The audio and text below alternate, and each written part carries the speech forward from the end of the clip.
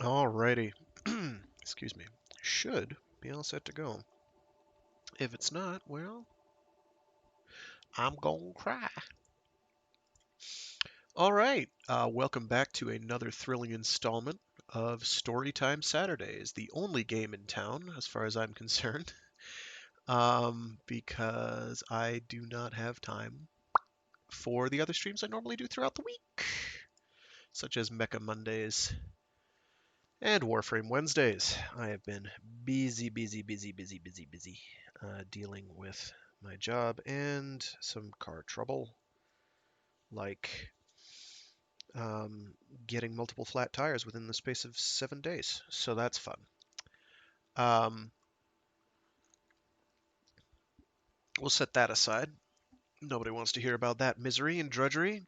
So, as ever, I'm your intrepid narrator, Fraggeth, and last week we got through a couple short stories in William Gibson's Burning Chrome.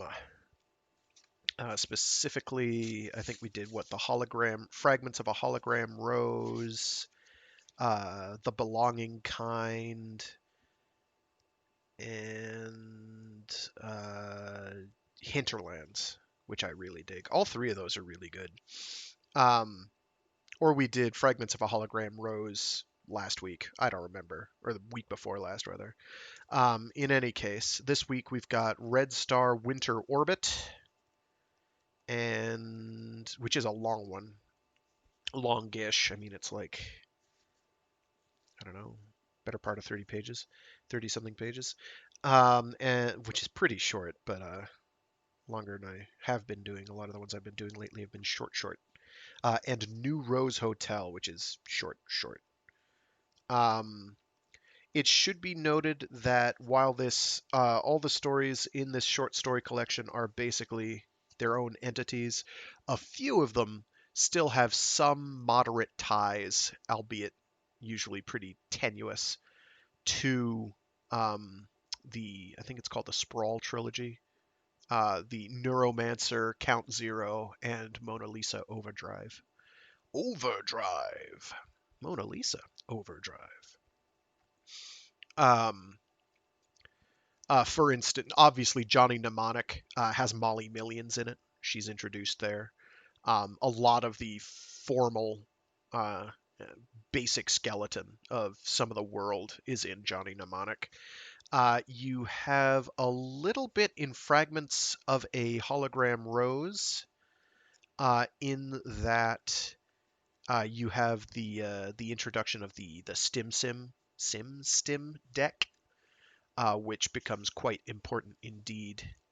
It's kind of one of the formative technologies that makes the world in the world, at least for the main character of the nominal protagonist of Neuromancer, uh, as relevant as he is.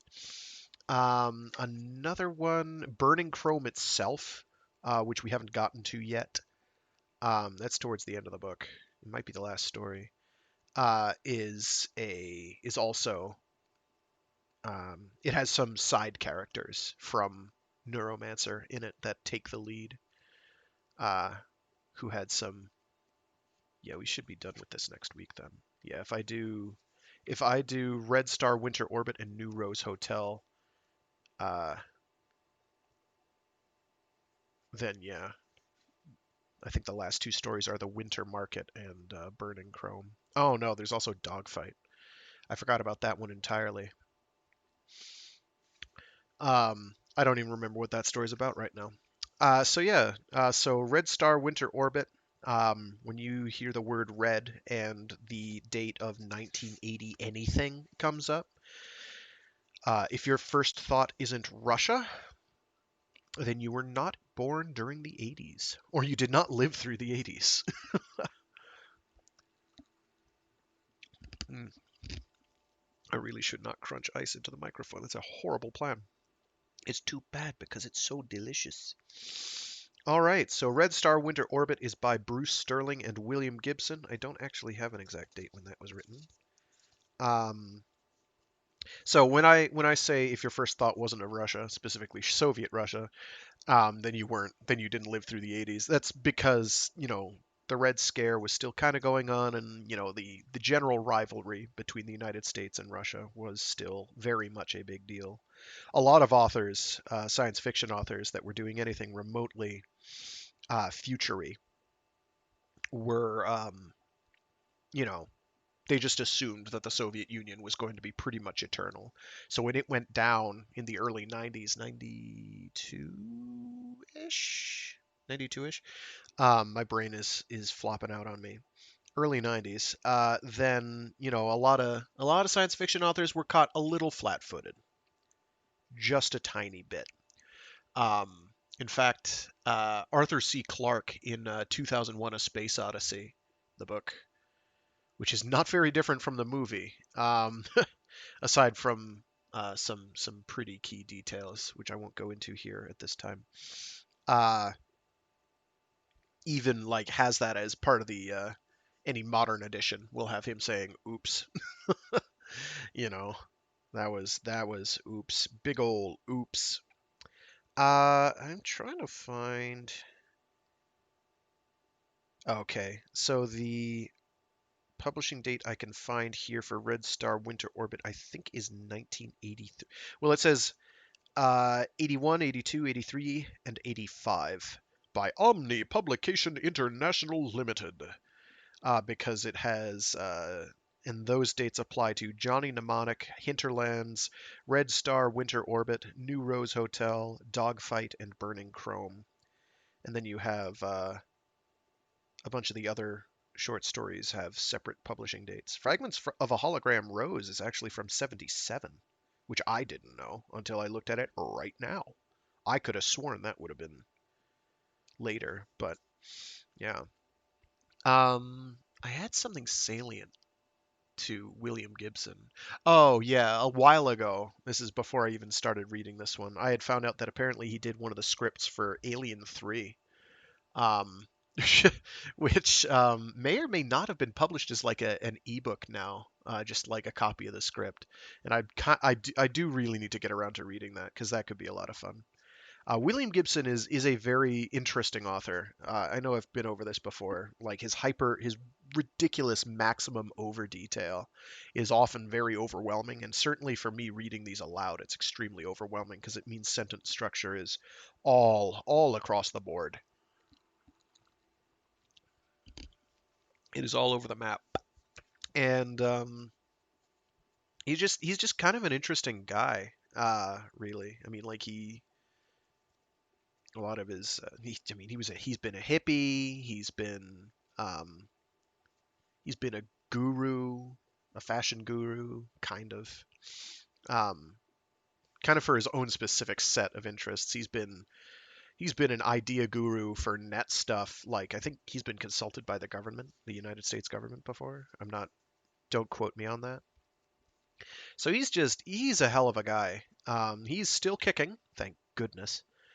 Um, like there's a number of authors I respect immensely that just have croaked, and I'm like, please don't, please don't. Uh, like I didn't wind up discovering like what's his name, Ian M. Banks, until after he was dead, which is a huge disappointment to me. Although it does mean you can just collect all his books and be done with it. All right, rambling over. It's time. It's time to get read. One sec.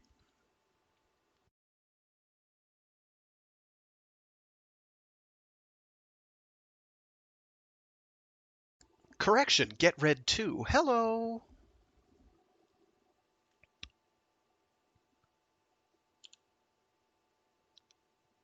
Red Star, Winter Orbit by Bruce Sterling and William Gibson. Colonel Korolev twisted slowly in his harness, dreaming of winter and gravity. Young again, a cadet, he whipped his horse across the late November steppes of Kazakhstan into dry, red vistas of Martian sunset. That's wrong, he thought, and woke in the museum of the Soviet triumph in space, to the sounds of Romanenko and the KGB man's wife. They were going at it again behind the screen at the aft end of the Salyut, restraining straps and padded hull creaking and thudding rhythmically. Hooves in the snow.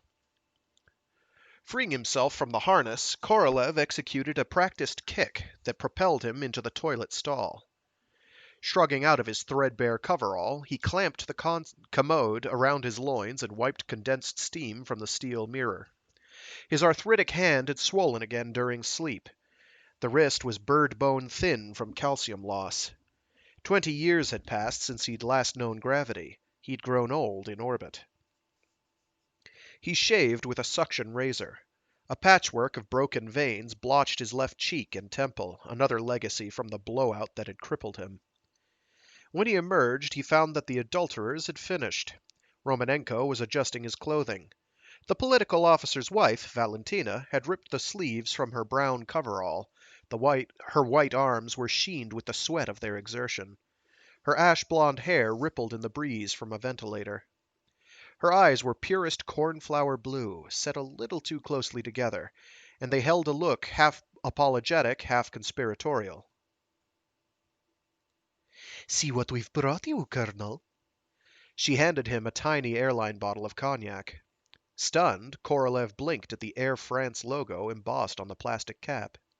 "It came in the last Soyuz, in the cucumber, my husband said." She giggled. "Hee hee! He gave it to me." "We decided you should have it, Colonel," Romanenko said, grinning broadly. "After all, we can be furloughed at any time." Korolev ignored the sidelong, embarrassed glance at his shriveled legs and pale, dangling feet. He opened the bottle, and the rich aroma brought a sudden tingling rush of blood to his cheeks. He raised it carefully and sucked out a few milliliters of brandy. It burned like acid. "Christ!" he gasped. "It's been years. I'll get plastered," he said, laughing, his tears blurring his vision. "My father tells me you drank like a hero, Colonel, in the old days." "Yes," Korolev said, and sipped again. "I did." The cognac spread through him like liquid gold. He disliked Romanenko. He'd never liked the boy's father either, an easygoing party man, long since settled into lecture tours, a dacha on the Black Sea, American liquor, French suits, Italian shoes. The boy had the father's looks, the same clear gray eyes, utterly untroubled by doubt. The alcohol surged through Korolev's thin blood. "You are too generous," he said. He kicked once, gently, and arrived at his console. "You must take some samizdat. American cable broadcasts, freshly intercepted. Racy stuff. Wasted on an old man like me." He slotted a blank cassette and punched for the material. "I'll give it to the gun crew," Romanenko said, grinning. "They can run it on the tracking consoles in the gun room." The particle beam station had always been known as the gun room. The soldiers who manned it were particularly hungry for this sort of tape. Korolev ran off a second copy for Valentina.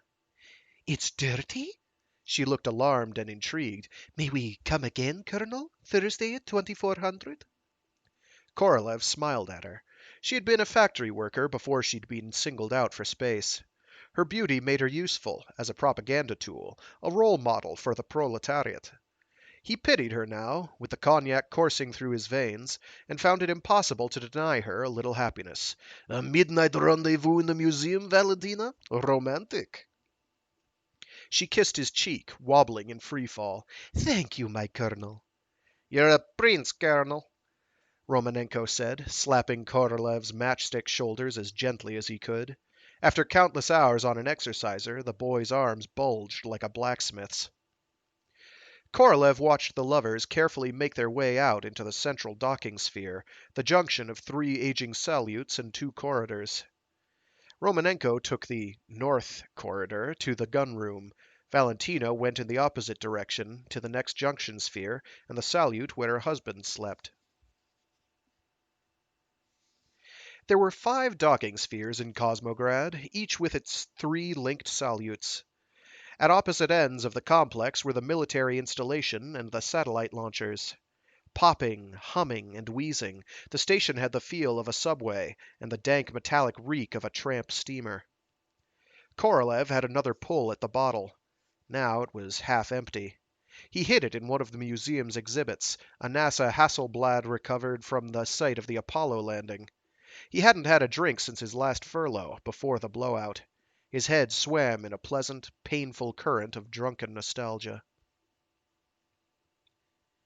Drifting back to his console, he accessed a section of memory where the collected speeches of Alexei Kosygin had been covertly erased and replaced with his personal collection of samizdat, digitized pop music, his boyhood favorites from the 80s. He had British groups taped from West German radio, Warsaw-packed heavy metal, American imports from the black market. Putting on his headphones, he punched for the Sesto Ciao reggae of Brigada Crisis. Crisis. Putting on his headphones. Let's try that again. This is a toughie. Russian is hard. What can I say? Glorious Mother Russia. Putting on his headphones, he punched for the Sesto Ciao reggae of Brigada Crisis. I can't mentally translate that in my head. I know it's like Nadsat or something, where it's kind of like some bastardization there, but I can't pin it down. After all the years, he really Oh, geez, let's try this again. It's hard. I'm sorry. After all the years, he no longer really heard the music, but images came rushing back with an aching poignancy. In the 80s, he'd been a long-haired child of the Soviet elite, his father's position placing him effectively beyond the reach of the Moscow police.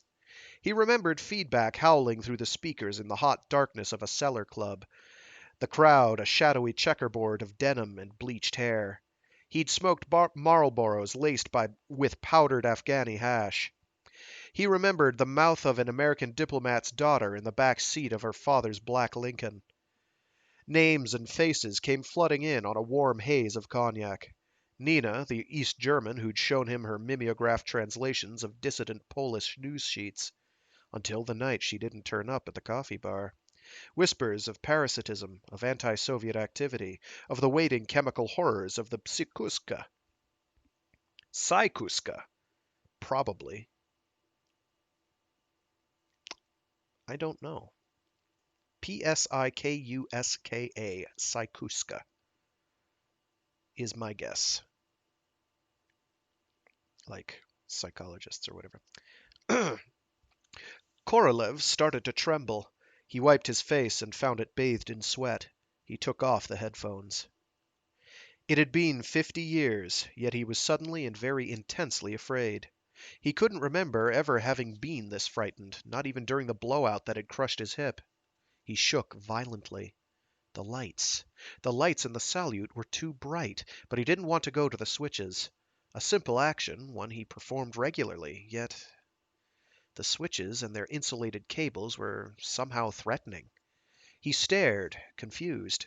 The little clockwork model of a Lunokhod moon rover, its Velcro wheels gripping the curved wall, seemed to crouch there like something sentient, poised, waiting. The eyes of the Soviet space pioneers in the official portraits were fixed on him with contempt.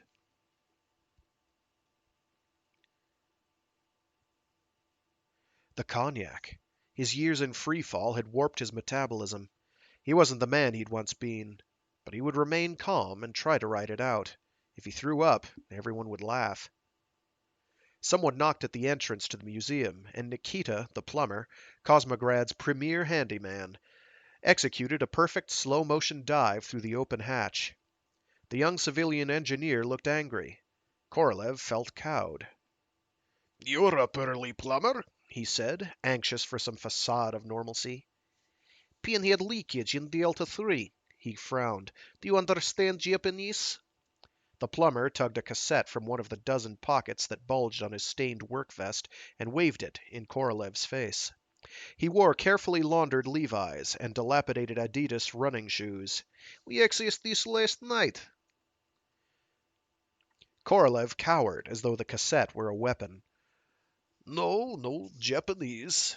The meekness of his own voice startled him. "Only English and Polish." He felt himself blush.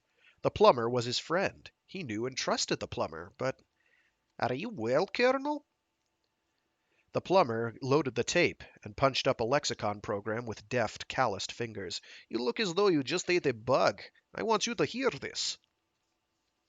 Korolev watched uneasily as the tape flickered into an ad for baseball gloves. The lexicon's Cyrillic subtitles raced across the monitor as a Japanese voiceover rattled maniacally. The newscast's coming up. The newscast's coming up, said the plumber, Gnawing at a cuticle.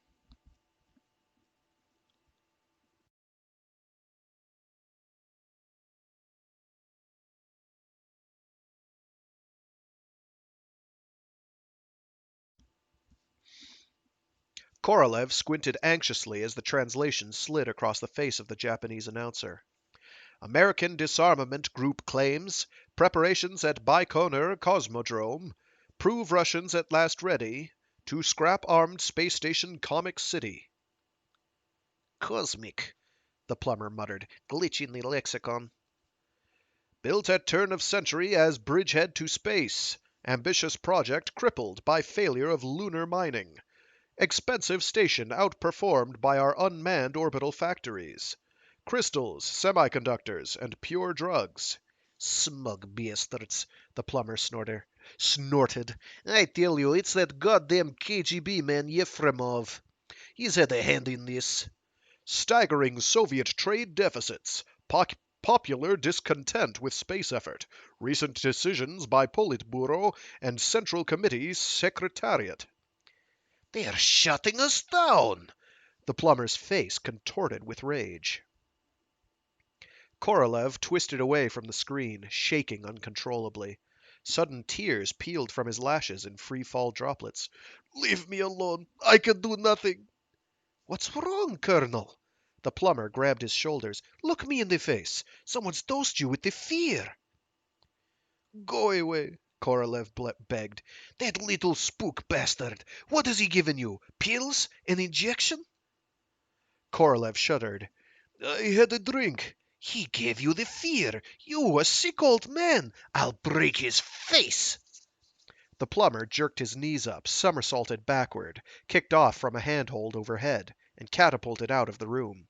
Wait, plumber! But the plumber had zipped through the docking sphere like a squirrel, vanishing down the corridor, and now Korolev felt that he couldn't bear to be alone. In the distance he could hear metallic echoes of distorted, angry shouts.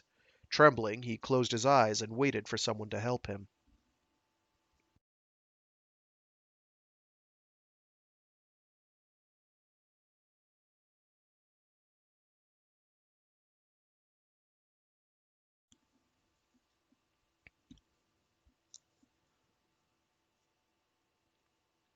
He'd asked Psychiatric Officer Bichkov to help him dress in his old uniform, the one with the star of the Tsiolkovsky Order, sewn above the left breast pocket. The black dress boots of heavy quilted nylon, with their Velcro soles, would no longer fit his twisted feet, so his feet remained bare. Bichkov's injection had straightened him out within an hour, leaving him alternately depressed and furiously angry. Now he waited in the museum for Yefremov to answer his summons. They called his home the Museum of the Soviet Triumph in Space, and as his rage subsided, to be replaced with an ancient bleakness, he felt very much as if he were simply another one of the exhibits. He stared gloomily at the gold-framed portraits of the great visionaries of space, at the faces of Tsiolkovsky, Reinin, Tupolev. Below these, in slightly smaller frames, were portraits of Verne, Goddard, and O'Neill. In moments of extreme depression, he had sometimes imagined that he could detect a common strangeness in their eyes, particularly in the eyes of the two Americans. Was it simply craziness, as he sometimes thought in his most cynical moods? Or was he able to glimpse a subtle manifestation of some weird, unbalanced force that he had often suspected of being human evolution in action? Once, and only once, Korolev had seen that look in his own eyes, on the day he'd stepped onto the soil of the Kopreides Basin. The Martian sunlight, glinting within his helmet visor, had shown him the reflection of two steady, alien eyes, fearless yet driven, and the quiet, secret shock of it, he now realized, had been his life's most memorable, most transcendental moment. Above the portraits, oily and inert, was a painting that depicted the landing in colors that reminded him of borscht and gravy, the Martian landscape reduced to the idealistic kitsch of Soviet socialist realism. The artist had posed the suited figure beside the lander with all of the official style's deeply sincere vulgarity. Feeling tainted, he awaited the arrival of Yefremov, the KGB man, Cosmograd's political officer. When Yefremov finally entered the Salyut, Korolev noted the split lip and the fresh bruises on the man's throat. He wore a blue Kansai jumpsuit of Japanese silk and stylish Italian deck shoes. He coughed politely. Good morning, Comrade Colonel. Korolev stared. He allowed the silence to lengthen. Yefremov, he said heavily, I am not happy with you. Yefremov reddened, but he held his gaze. Let us speak frankly to each other, Colonel, as Russian to Russian. It was not, of course, intended for you. The fear, Yefremov? The beta-carbolene, yes. If you hadn't pandered to their anti-social actions, if you hadn't accepted their bribe, it would not have happened. So I am a pimp, Yefremov? A pimp and a drunkard? You are a cuckold, a smuggler, and an informer. I say this, he added, as one Russian to another. Now the KGB man's face assumed the official mask of bland and untroubled righteousness. But tell me, Yefremov, what it is that you are really about? What have you been doing since you came to Cosmograd? We know that the complex will be stripped. What is in store for the civilian crew when they return to Baikonur? Corruption hearings? There will be interrogation, certainly. In certain cases there may be hospitalization. Would you care to suggest, Colonel Korolev, that the Soviet Union is somehow at fault for Cosmograd's failures? Korolev was silent. Cosmograd was a dream, Colonel. A dream that failed, like space. We have no need to be here. We have an entire world to put in order. Moscow is the greatest power in history. We must not allow ourselves to lose the global perspective.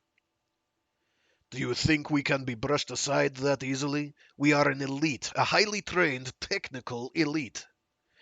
A minority, Colonel, an obsolete minority. What do you contribute aside from reams of poisonous American trash? The crew here were intended to be workers, not bloated black marketeers trafficking in jazz and pornography. Yefremov's face was smooth and calm. The crew will return to Baikonur. The weapons are capable of being directed from the ground. You, of course, will remain, and there will be guest cosmonauts, Africans, South Americans. Space still retains a degree of its former prestige for these people. Korolev gritted his teeth. What have you done with the boy? Your plumber? The political officer frowned. He has assaulted an officer of the Committee for State Security. He will remain under guard until he be taken to Baikonur. Korolev attempted an unpleasant laugh. Let him go. You'll be in too much trouble yourself to press charges. I'll speak with Marshal Gubarev personally. My rank may be entirely honorary, Yefremov, but I do retain a certain influence. The KGB man shrugged. The gun crew are under orders from Baikonur to keep the communications module under lock and key. Their careers depend on it. Martial law, then? This isn't Kabul, Colonel. These are difficult times. You have the moral authority here. You should try to set an example. We shall see, Korolev said.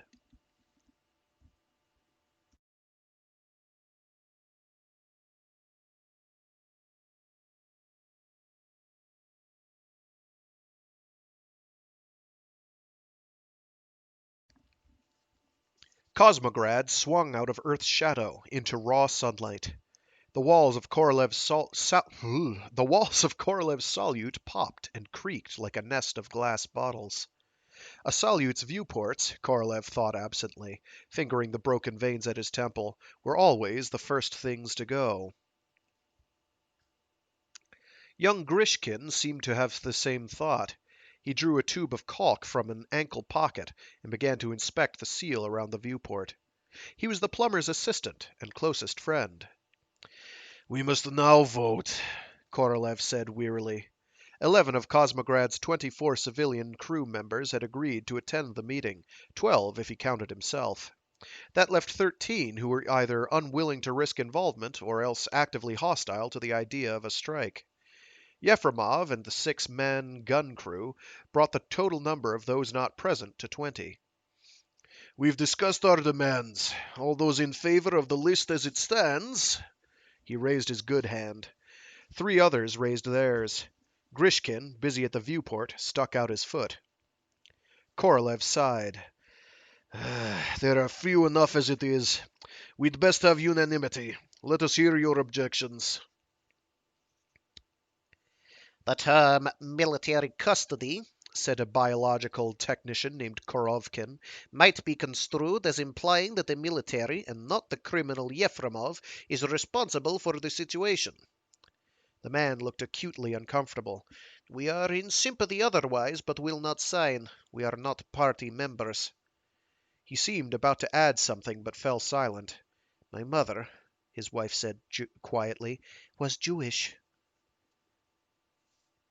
Korolev nodded, but he said nothing. "This is all criminal foolishness," said Glushko, the botanist. Neither he nor his wife had voted. "Madness! Cosmograd is finished, we all know it, and the sooner home the better. What has this place ever been but a prison?" Freefall disagreed with the man's metabolism. In the absence of gravity, blood tended to congest in his face and neck, making him resemble one of his experimental pumpkins. "You are a botanist, Vasily," his wife said stiffly, "while I, you will recall, am a Soyuz pilot.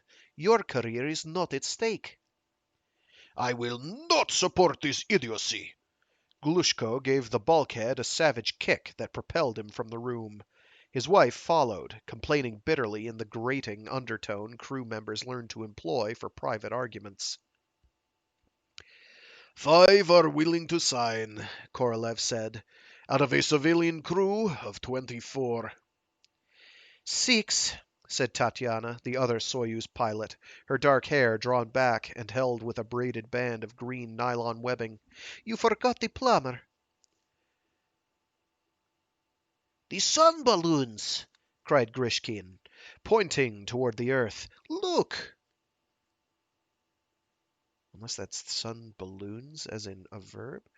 Cosmograd was above the coast of California now, clean shorelines, intensely green fields, vast decaying cities whose names rang with a strange magic.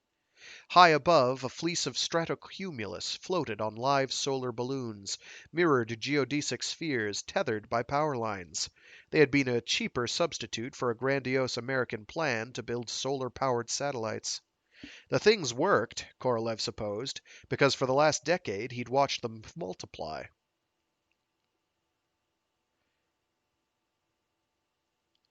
"And they say that people live in those things?" Systems Officer Stoiko had joined Grishkin at the viewport. Korolev remembered the pathetic flurry of strange American energy schemes in the wake of the Treaty of Vienna. With the Soviet Union firmly in control of the world's oil flow, the Americans had seemed willing to try anything. Then the Kansas meltdown had permanently soured them on reactors. For more than 3 decades, they'd been gradually sliding into isolationism and industrial decline. Space, he thought ruefully. They should have gone into space. He'd never understood the strange paralysis of will that had seemed to grip their brilliant early efforts. Or perhaps it was simply a failure of imagination, of vision. "You see, Americans," he said silently, "you really should have tried to join us here in our glorious future, here in Cosmograd." That's thoughts, not spoken. I apologize. "Who would want to live in something like that?" Stoiko asked, punching Grishkin's shoulder and laughing with the quiet energy of desperation.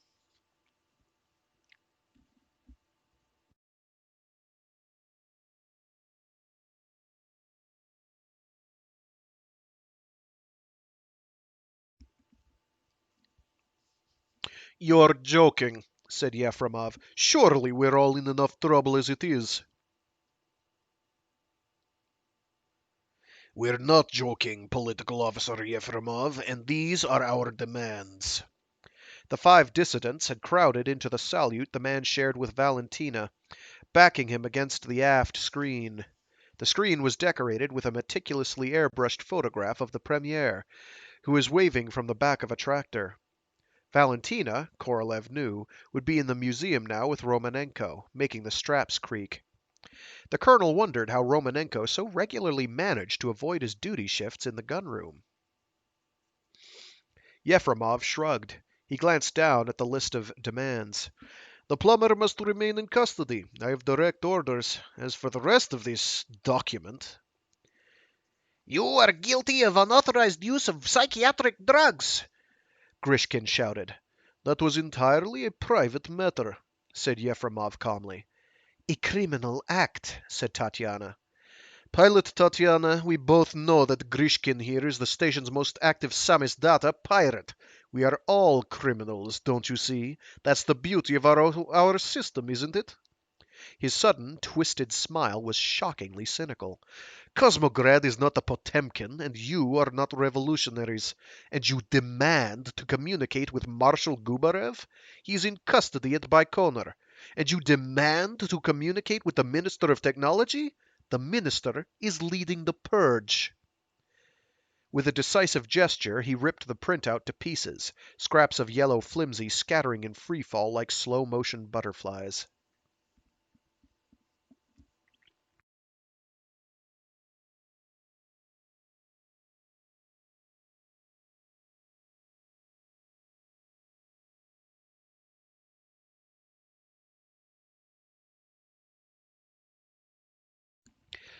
On the 9th day of the strike, Korolev met with Grishkin and Stoyko in the salute that Grishkin would ordinarily have shared with the plumber. For 40 years, the inhabitants of Cosmograd had fought an antiseptic war against mold and mildew. Dust, grease, and vapor wouldn't settle in free fall, and spores lurked everywhere, in padding, in clothing, in the ventilation ducts. In the warm, moist, petri dish atmosphere, they spread like oil slicks. Now there was a reek of dry rot in the air, overlaid with ominous whiffs of burning insulation. Korolev's sleep had been broken by the hollow thud of a departing Soyuz lander. Glushko and his wife, he supposed. During the past 48 hours, Yefremov had supervised the evacuation of the crew members who had refused to join with the strike. The gun crew kept to the gunroom and their barracks ring, where they still held Nikita the plumber. Grishkin's salute had become strike headquarters. None of the male strikers had shaved, and Stoyko had contracted a staph infection that spread across his forearms in angry welts. Surrounded by lurid pin-ups from American television, they resembled some degenerate trio of pornographers. The lights were dim. Cosmograd ran on half power. With the others gone, Stoyko said, our hand is strengthened. Grishkin groaned.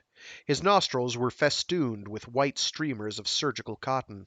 He was convinced that Yefremov would try to break the strike with beta-carboline aerosols. The cotton plugs were just one symptom of the general level of strain and paranoia. Before the evacuation order had come from Baikonur, one of the technicians had taken to playing Tchaikovsky's 1812 overture at a shattering volume for hours on end. And Glushko had chased his wife, naked, bruised, and screaming, up and down the length of Cosmograd. Stoyko had accessed the KGB man's files and Beechkov's psychiatric records.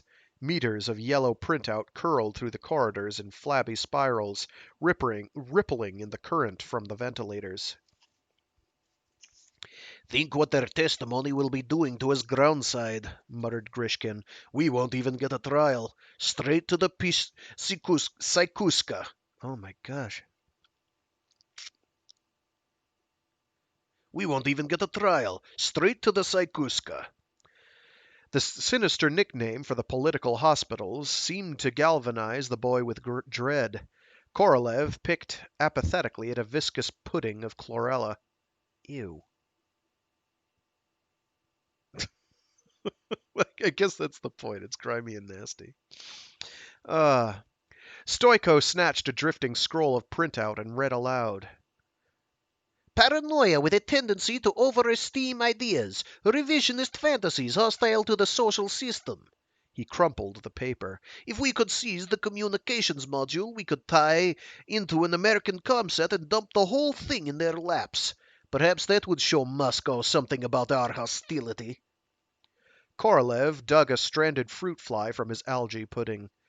Its two pairs of wings and bifurcated thorax were mute testimony to Cosmograd's high radiation levels.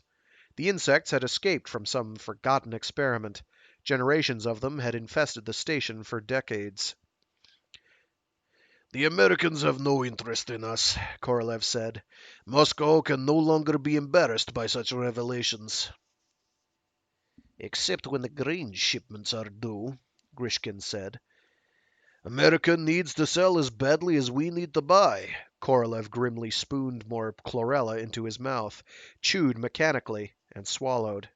The Americans couldn't reach us even if they desired to. Canaveral is in ruins. We're low on fuel, Stoico said. We can take it from the remaining landers, Korolev said. Then how in hell would we get back down? Grishkin's fists trembled. Even in Siberia there are trees. Trees. The sky! To hell with it! Let it fall to pieces! Let it fall and burn! Korolev's pudding spattered across the bulkhead. Ah, Christ, Grishkin said. I'm sorry, Colonel. I know you can't go back.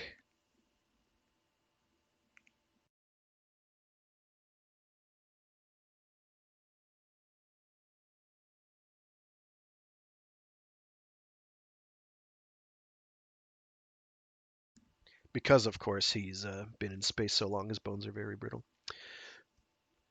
When he entered the museum, he found pilot Tatiana suspended before that hateful painting of the Mars landing, her cheeks slick with tears. Do you know, Colonel, they have a bust of you at Baikonur? In bronze. I used to pass it on my way to lectures. Her eyes were red-rimmed with sleeplessness. There are always busts. Academies need them. He smiled and took her hand. What was it like that day? She still stared at the painting. I hardly remember. I've seen the tapes so often, now I remember them instead. My memories of Mars are any schoolchild's. He smiled for her again. But it was not like this bad painting. In spite of everything, I'm still certain of that. Why is it all gone this way, Colonel? Why is it ending now? When I was small, I saw all this on television. Our future in space was forever. Perhaps the Americans were right. The Japanese sent machines instead, robots to build their orbital factories. Lunar mining failed for us, but we thought there would at least be permanent research facilities of some kind. It all had to do with purse strings, I suppose, with men who sit at desks and make decisions. Here is their final decision with regard to Cosmograd. She passed him a folded scrap of flimsy. I found this in the printout of Yefremov's orders from Moscow. They'll allow the station's orbit to decay over the next 3 months. He found that now he too was staring fixedly at the painting he loathed. It hardly matters any more, he heard himself say. And then she was weeping bitterly, her face pressed hard against Korolev's crippled shoulder. But I have a plan, Tatiana, he said, stroking her hair. You must listen.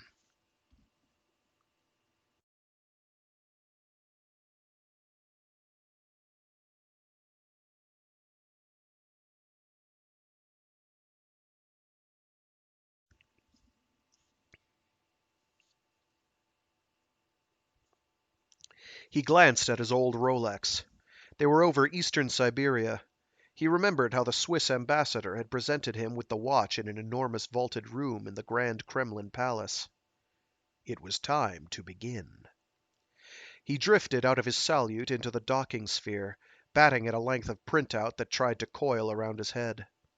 He could still work quickly and efficiently with his good hand. He was smiling as he freed a large oxygen bottle from its webbing straps. Bracing himself against a handhold, he flung the bottle across the sphere with all his strength. It rebounded harmlessly with a harsh clang. He went after it, caught it, and hurled it again. Then he hit the decompression alarm. Dust spurted from speakers as a klaxon began to wail. Triggered by the alarm, the docking bays slammed shut with a wheeze of hydraulics. Korolev's ears popped. He sneezed, then went after the bottle again. The lights flared to maximum brilliance, then flickered out. He smiled in the darkness, groping for the steel bottle. Stoiko had provoked a general systems crash. It hadn't been difficult. The memory banks were already riddled to the point of collapse with bootlegged television broadcasts. "The real bare-knuckle stuff," he muttered, banging the bottle against the wall. The lights flickered on weakly as emergency cells came online. His shoulder began to ache. Stoically, he continued pounding, remembering the din a real blowout caused. It had to be good. It had to fool Yefremov and the gun crew. With a squeal, the manual wheel of one of the hatches began to rotate. It thumped open, finally, and Tatiana looked in, grinning shyly. "Is the plumber free?" he asked, releasing the bottle. "Stoiko and Umansky are reasoning with the guard." She drove a fist into her open palm. "Grishkin is preparing the landers." He followed her up to the next docking sphere. Stoiko was helping the plumber through the hatch that led from the barracks ring. The plumber was barefoot, his face greenish under a scraggly growth of beard. Meteorologist Umansky followed them, dragging the limp body of a soldier. "How are you, plumber?" Korolev asked. "Shaky. They've kept me on the fear. Not big doses, but... And I thought that was a real blowout." Grishkin slid out of the Soyuz lander nearest Korolev, trailing a bundle of tools and meters of nylon lanyard. "They all check out. The crash left them under their own automatics. I've been at their remotes with a screwdriver so they can't be overridden by ground control. How are you doing, my Nikita?" he asked the plumber. You'll be going in steep to central China." The plumber winced, shook himself, and shivered. "I don't speak Chinese." Stoiko handed him a printout. "This is in phonetic Mandarin. I wish to defect. Take me to the nearest Japanese embassy." The plumber grinned and ran his fingers through his thatch of sweat-stiffened hair. "What about the rest of you?" he asked. "You think we're doing this for your benefit alone?" Tatiana made a face at him. "Make sure the Chinese news services get the rest of that scroll, plumber. Each of us has a copy. We'll see that the world knows what the Soviet Union intends to do to Colonel Yuri Vasilievich." Vasilievich? Oh no. So much Russian, so little time. "We'll see that the world knows what the Soviet Union intends to do to Colonel Yuri Vasilievich Korolev, first man on Mars." She blew the plumber a kiss. "How about Vilobchenko here?" Umansky asked. A few dark spheres of congealed blood swung crookedly past the unconscious soldier's cheek. "Why don't you take the poor bastard with you?" Korolev said. "Come along then, shithead," the plumber said, grabbing Filipchenko's belt and towing him toward the Soyuz hatch. "I, Nikita the plumber, will do you the favor of your miserable lifetime." Korolev watched as Stoiko and Grishkin sealed the hatch behind them. "Where are Romanenko and Valentina?" Korolev asked, checking his watch again. "Here, my colonel," Valentina said, her blonde hair floating around her face in the hatch of another Soyuz. "We've been checking this one out." She giggled. "Time enough for that in Tokyo," Korolev snapped. "There'll be scrambling jets in Vladivostok and Hanoi within minutes." Romanenko's bare, brawny arm emerged and yanked her back into the lander. Stoiko and Grishkin sealed the hatch. "Peasants in space." Tatiana made a spitting noise. Cosmograd boomed hollowly as the plumber, with the unconscious Filipchenko cast off. Another boom, and the lovers were off as well. Come along, friend Umansky, said Stoiko, and farewell, Colonel. The two men headed down the corridor. I'll go with you, Grishkin said to Tatiana. He grinned. After all, you're a pilot. No, she said, alone. We'll split the odds. You'll be fine with the automatics. Just don't touch anything on the board. Korolev watched her help him into the Sphere's last Soyuz. I'll take you dancing, Tatiana, Grishkin said, in Tokyo. She sealed the hatch. Another boom, and Stoiko and Umansky had cast off from the next docking sphere. Go now, Tatiana, Korolev said. Hurry. I don't want them shooting you down over international waters. That leaves you here alone, Colonel, alone with our enemies. When you've gone, they'll go as well, he said, and I depend on your publicity to embarrass the Kremlin into keeping me alive here. And what shall I tell them in Tokyo, Colonel? Have you a message for the world? Tell them... And every cliché came rushing to him with an absolute rightness that made him want to laugh hysterically. One small step. We came in peace. Workers of the world. You must tell them that I need it, he said, pinching his shrunken wrist. In my very bones. She embraced him and slipped away.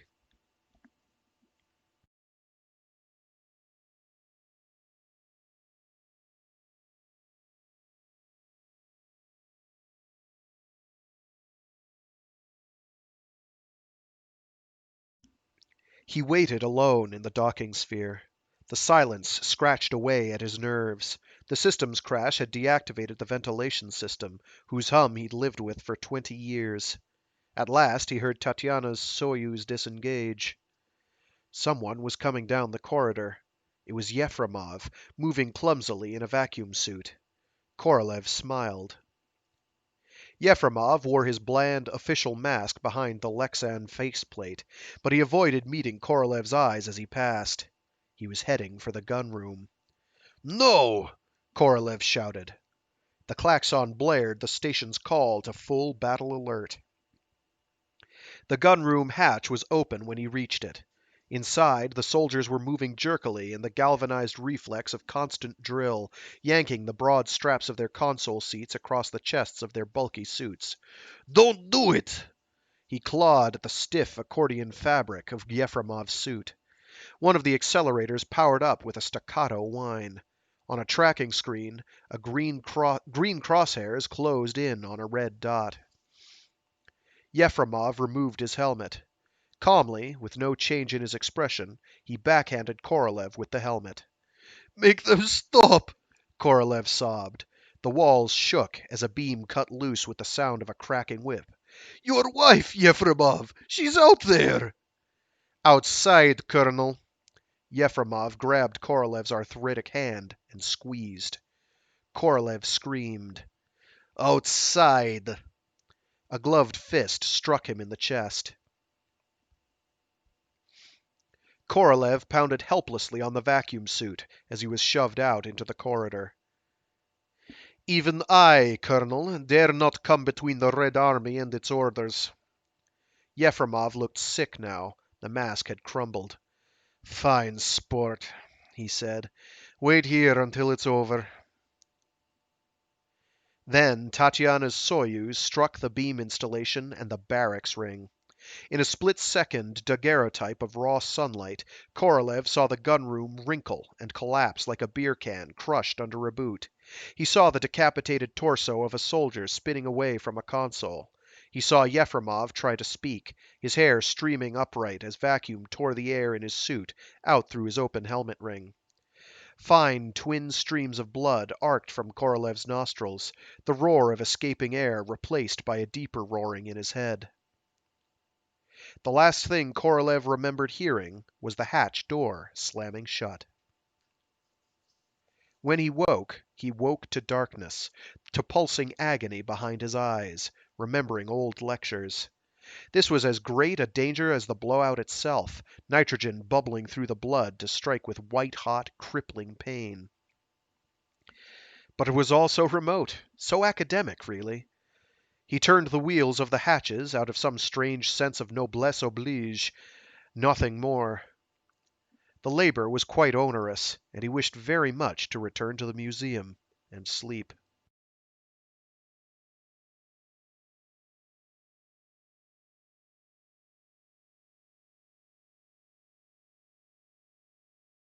He could repair the leaks with caulk, but the systems crash was beyond him. He had Glushko's garden. With the vegetables and algae, he wouldn't starve or smother. The communications module had gone with the gunroom and the barracks ring, sheared from the station by the impact of Tatiana's suicidal Soyuz. He assumed that the collision had perturbed Cosmograd's orbit, but he had no way of predicting the hour of the station's final incandescent meeting with the upper atmosphere.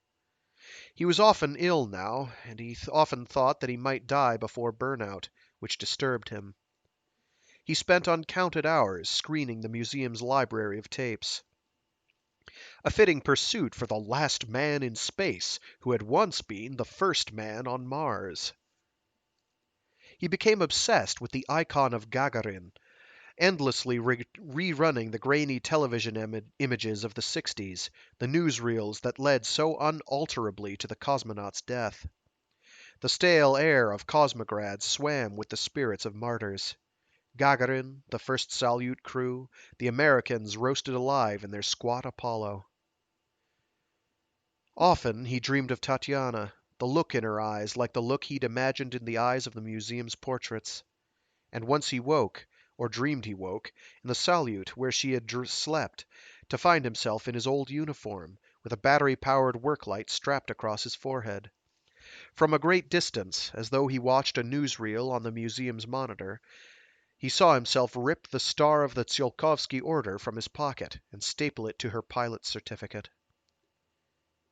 When the knocking came, he knew that it must be a dream as well. The hatch wheeled open. In the bluish, flickering light from the old film, he saw that the woman was black. Long corkscrews of matted hair rose like cobras around her head. She wore goggles, a silk aviator's scarf twisting behind her in free fall. "Andy," she said in English, "you better come see this." A small, muscular man, nearly bald, and wearing only a jockstrap and a jangling tool belt, floated up behind her and peered in. Is he alive? "Of course I am alive," said Korolev in slightly accented English. The man called Andy sailed in over her head. You okay, Jack? His right bicep was tattooed with a geodesic balloon above crossed lightning bolts and bore the legend Sunspark 15, Utah. We weren't expecting anybody. "Neither was I," said Korolev, blinking. "We've come to live here," said the woman, drifting closer. "We're from the balloons. Squatters, I guess you could say. Heard the place was empty. You know the orbit's decaying on this thing." The man executed a clumsy mid-air somersault, the tools clattering on his belt. Oh, shoot, that was the guy talking. Oops. This free fall's outrageous. "God," said the woman, "I just can't get used to it. It's wonderful. It's like skydiving, but there's no wind." Korolev stared at the man, who had the blundering, careless look of someone drunk on freedom since birth. But you don't even have a launch pad, he said. Launch pad? The man said, laughing. What we do, we haul these surplus booster engines up the cables to the balloons, drop 'em, and fire 'em in midair. "That's insane," Korolev said. Got us here, didn't it? Korolev nodded. If this was all a dream, it was a very peculiar one. "I am Colonel Yuri Vasilyevich Korolev." "Mars!" The woman clapped her hands. "Wait till the kids hear that." She plucked the little Lunokhod moon rover model from the bulkhead and began to wind it. "Hey," the man said, "I gotta work. We got a bunch of boosters outside. We gotta lift this thing before it starts burning." Something clanged against the hull. Cosmograd rang with the impact. That'll be Tulsa, Andy said, consulting a wristwatch. right on time. But why?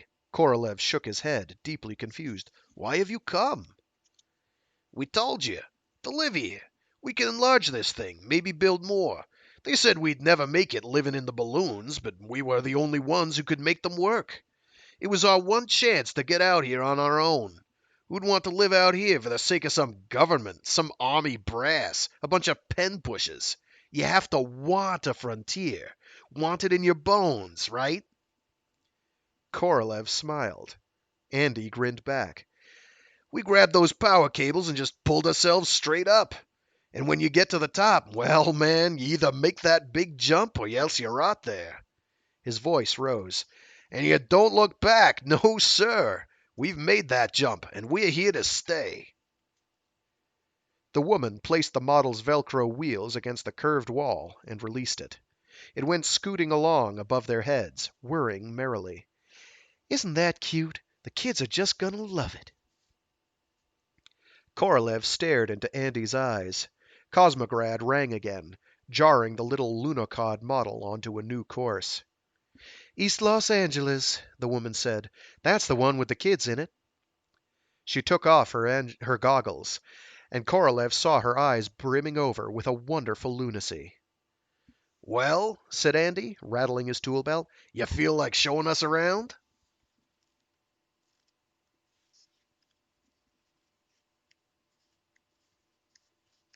And that was Red Star, Winter Orbit by Bruce Sterling and William Gibson.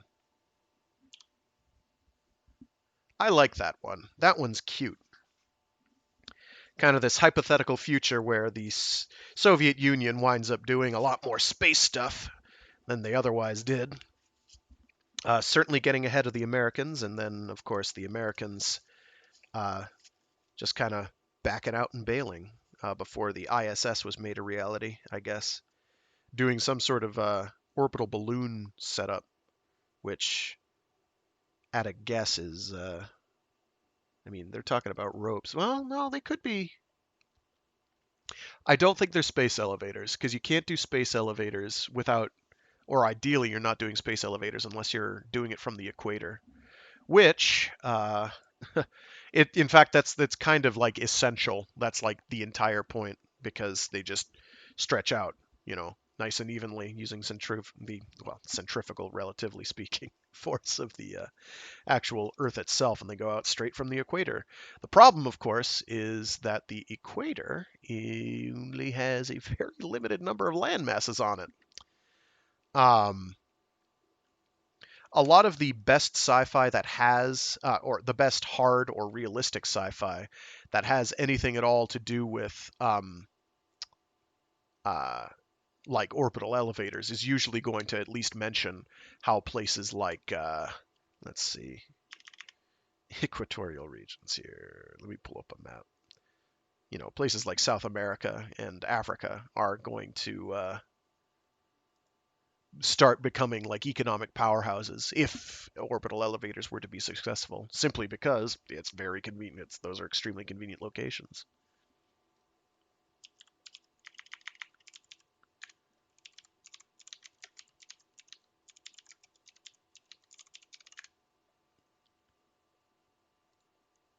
Oh, here we go. Someone even has a an article about where to anchor a space elevator.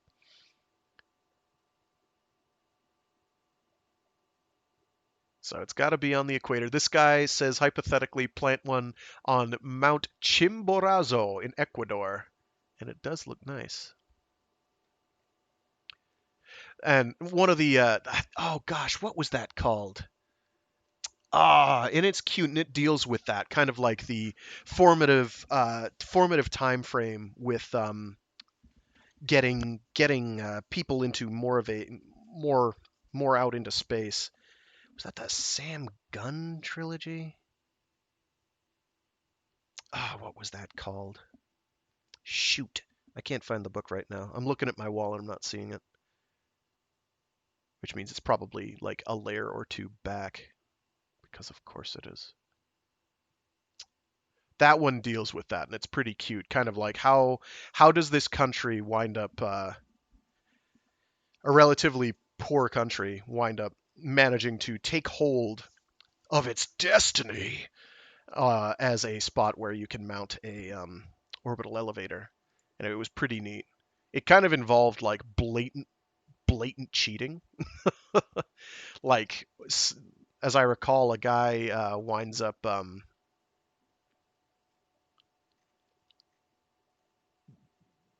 having become very wealthy, winds up basically screwing over a bunch of corporate interests by forming his own corporation and then basically donating it to make it happen. But I can't remember exactly the story. I do know you wouldn't want to put them on the open ocean. A, because of practicality, and B, because of practicality. And, oh, right, hurricanes. They like to form. Tropical storms and whatnot, and that you do like. You're not going to be building a space elevator without like borderline unobtainium, like carbon nanotube, you know, materials made out of like Buckminster fullerene or something. That's not happening. It's just not in the cards.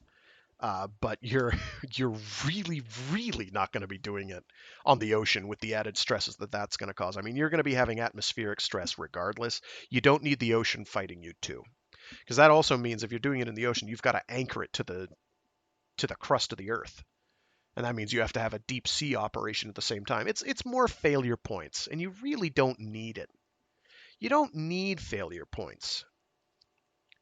One thing I will give credit to, what was the series? Mobile Suit Gundam 00, was that it actually, at least in the first season, season two, of course, is, in my opinion, a complete fustercludge. um, a total cluster. And sort of loses everything that I found interesting. Does a good job of kind of showing, hey, you know, when you've got a futuristic world conflict and it's about, you know, resource wars, and you happen to have orbital elevators, the resource wars are going to happen around the orbital elevators. I give them credit. Season one of that show was actually quite good, I thought, but then season two happens, and it's like, oh, let's become basically the thing we already knew it was, which is a model kit commercial. But setting that aside, see, I can still bring Mecha Mondays into a Saturday setting. See, I'm just that good. I'm just that good. Crazy. All right, next up, I've got New Rose Hotel, which is just by William Gibson. You're going to notice that that last one had an actual narrative without maximum over detail marring it down. This one, that's because of Bruce Sterling. He does a good job keeping William Gibson grounded in that regard. As a result, I recommend the Difference Engine. The Difference Engine is pretty great. Excuse me. There's some other books he and Gibson have collaborated on, and I'm trying to remember their names. They've collaborated before. Mostly it's the short stories, but sometimes it isn't. So this is, yeah, I've got basically like one more, most at most one more day, two more sessions of this. Um,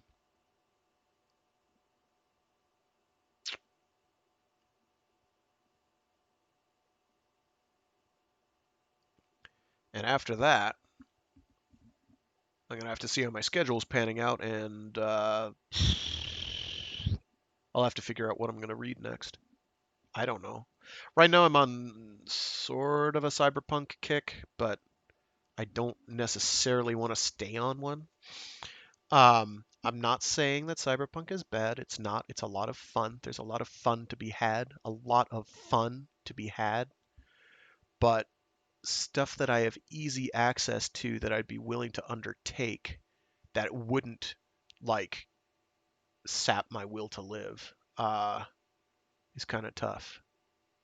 Like I'd love to do Neuromancer. It's not a super long book, but it is hoy. that is work. Like there's a lot that goes into that one. That's a toughie. Um, but it is a pretty natural one to go with. Oy. It'll bear some thinking on. It'll bear some thinking on. I'm very open to suggestions. I do have to get this uploaded to my YouTube, and I don't think I got last week's uploaded, so I've got to do that too. Alrighty. Oh, oh, my work phone's going off. Give me a minute.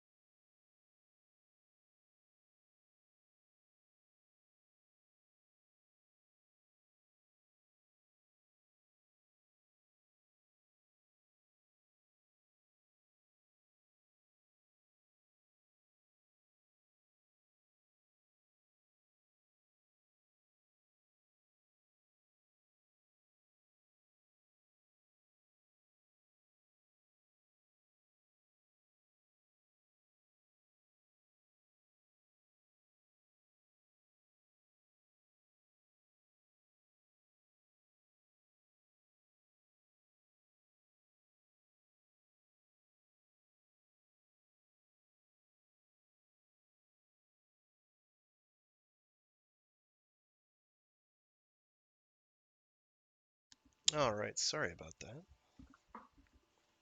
When stuff pops up, it pops up quick. Okay. Where were we? Right. More burning of the chromes. Okay.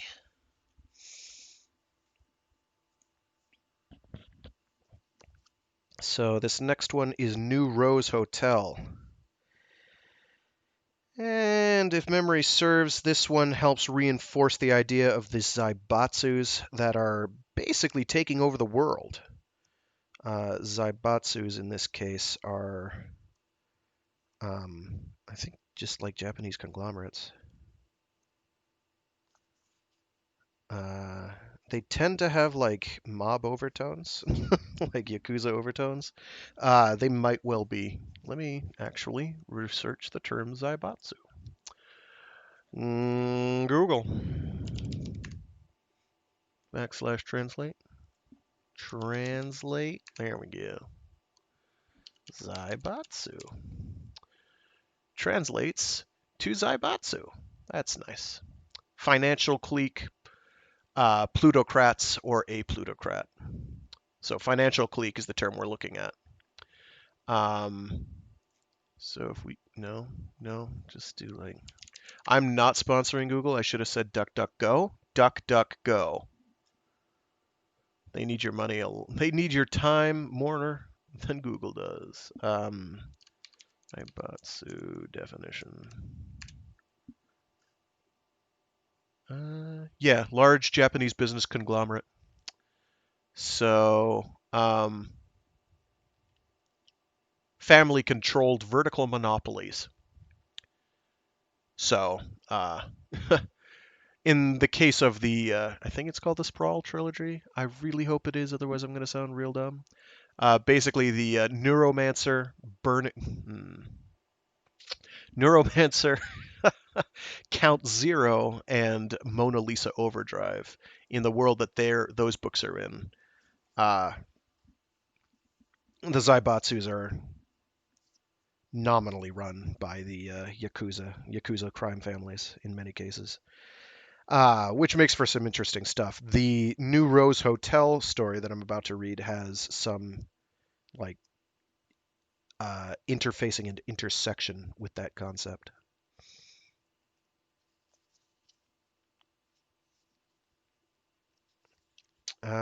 This one is not super long. This one is pretty punk, like pretty punktacular. A bunch of them are pretty punktacular. William Gibson has a way of capturing that sort of thing. It's interesting. I don't know how he does it. He's described how he does it, and I still don't know.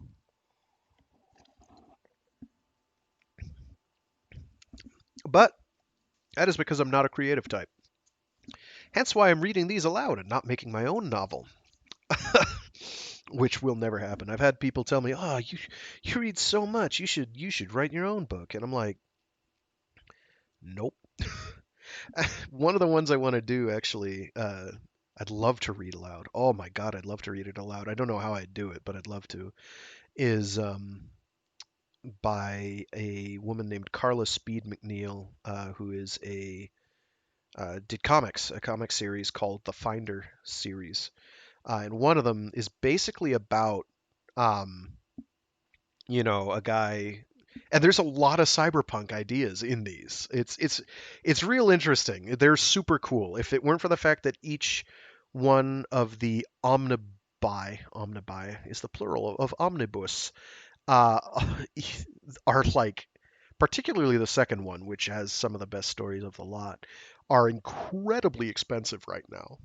The last I checked, um, for some reason, because A, they're out of print, and B, there weren't that many made because they're pretty big tomes. The omnibus collections, the Finder Library, Volume 1 and Volume 2 are what you should look for. If it weren't for the fact that they're so expensive, I'd say go out and get a copy of both because they're superb. That's right, I'm plugging people. I'm plugging Carla Speed McNeil. She's great. Great art, Great characters. Oh my goodness, the characters. They're so real, so believable. Um, even the weird ones are really believable. Some great stuff in there, but one of the stories, which is the entire point that I was trying to get to this entire time, while I rambled and digressed, etc., etc., etc., is that one of them kind of deals with the idea of originality in narratives and compositions and art, be it written, be it storytelling, be it whatever, and just originality and kind of dealing with how there is no originality. So how do you manage to come up with the ideas that you do as a creative type? And I find that one fascinating. But again, I have no idea how I would do a graphic novel of any kind in this. I don't know. I haven't figured out how to stream that. Doing it as a movie would probably be easier, but I don't really have the competency to do like the hardcore video editing and procedural stuff that I'd have to do. So what I'd probably do is I would cheat and I'd like see if I could acquire like a PDF of it and then like do it in like something horrible like Windows Image Viewer and then do like a slideshow or something.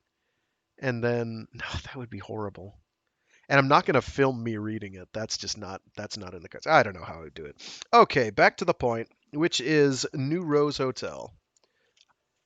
Listen, this is what happens when I don't do these for like a week. Is I start having ideas. Okay. He starts getting ideas beyond his station of narrator. We can't have that. We're gonna have to break his legs. I'm gonna give you concrete shoes, buddy. Make you walk around in 'em. You'll have to get good leg strength to walk around in concrete shoes.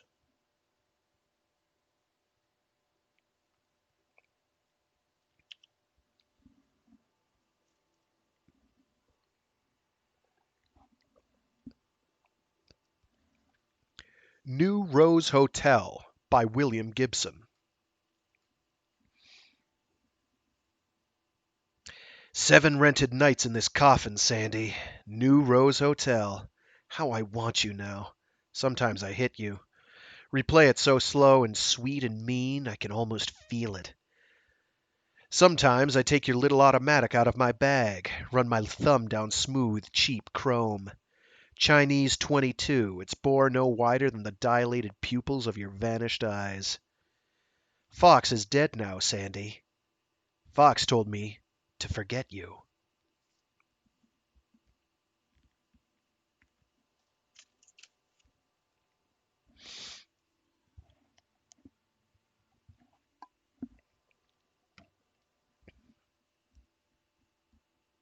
So for what it's worth, it's Sandy with 2 eyes. Sandii. Not that it matters, but I'm just getting it out there. I remember Fox leaning against the padded bar in the dark lounge of some Singapore hotel, Bencoolen Street, his hands describing different spheres of influence, internal rivalries, the arc of a particular career, a point of weakness he had discovered in the armor of some think tank. Fox was a point man in the Skull Wars, a middleman for corporate crossovers. He was a soldier in the secret skirmishes of the Zaibatsus, the multinational corporations that control entire economies. I see Fox grinning, talking fast, dismissing my ventures into intercorporate espionage with a shake of his head. "The edge," he said. "Have to find that edge." He made you hear the capital E. The edge was Fox's grail, that essential fraction of sheer human talent, non-transferable, locked in the skulls of the world's hottest research scientists. "You can't put edge down on paper," Fox said. "Can't punch edge into a diskette." The money was in corporate defectors. Fox was smooth, the severity of his dark French suits offset by a boyish forelock that wouldn't stay in place. I never liked the way the effect was ruined when he stepped back from the bar, his left shoulder skewed at an angle no Paris tailor could conceal. Someone had run him over with a taxi in Bern, and nobody quite knew how to put him together again. I guess I went with him because he said I was after that. Bleh. I guess I went after.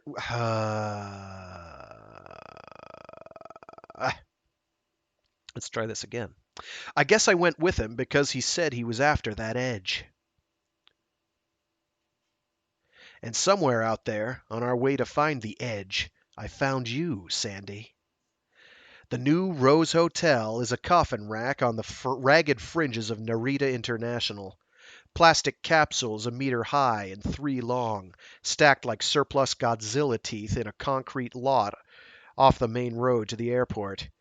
Each capsule has a television mounted flush with the ceiling. I spend whole days watching Japanese game shows and old movies. Sometimes I have your gun in my hand. Sometimes I can hear the jets laced into holding patterns over Narita. I close my eyes and imagine the sharp, white contrails fading, losing definition. You walked into a bar in Yokohama the first time I saw you. Eurasian, half Gaijin, long-hipped and fluid in a Chinese knockoff of some Tokyo designer's original. Dark European eyes, Asian cheekbones. I remember you dumping your purse out on the bed, later, in some hotel room, pawing through your makeup.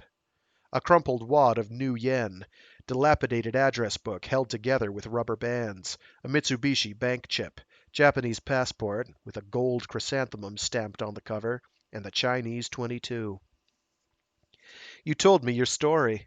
Your father had been an executive in Tokyo, but now he was disgraced, disowned, cast down by Hosaka, the biggest zaibatsu of all.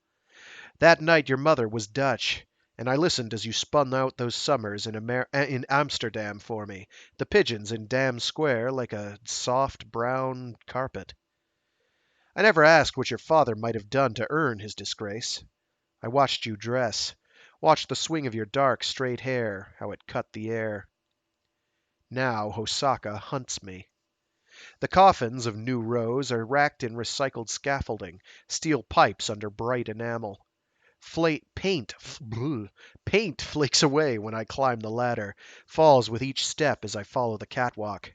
My left hand counts off the coffin hatches, their multilingual decals warning of fines levied for the loss of a key. I look up as the jets rise out of Narita, passage home, distant now as any moon. Fox was quick to see how we could use you, but not sharp enough to credit you with ambition.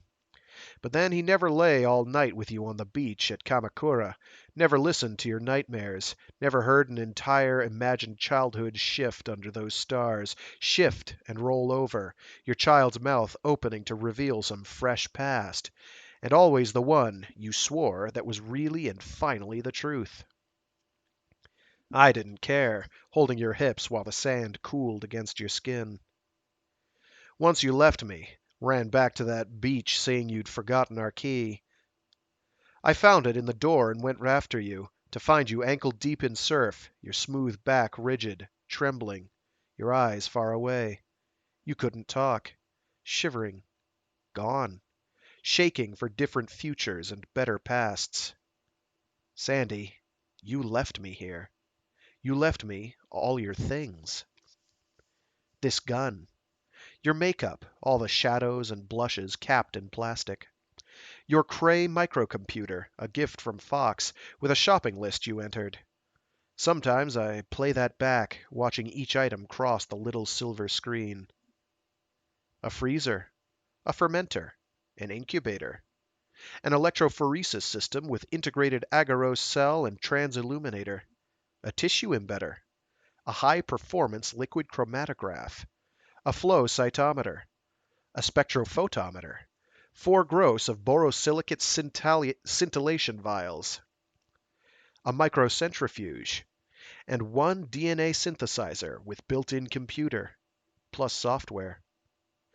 Expensive, Sandy, but then Hosaka was footing our bills. Later, you made them pay even more, but you were already gone. Hiroshi drew up that list for you. In bed, probably. Hiroshi Yomiuri. Maas Biolabs GmbH had him. Hosaka wanted him. He was hot. Edge, and lots of it. Fox followed genetic engineers the way a fan follows players in a favorite game. Fox wanted Hiroshi so bad he could taste it. He'd sent me up to Frankfurt 3 times before you turned up, just to have a look-see at Hiroshi. Not to make a pass or even to give him a wink and a nod. Just to watch. Hiroshi showed all the signs of having settled in. He'd found a German girl with a taste for conservative Loden and riding boots polished the shade of a fresh chestnut. He'd bought a renovated townhouse on just the right square.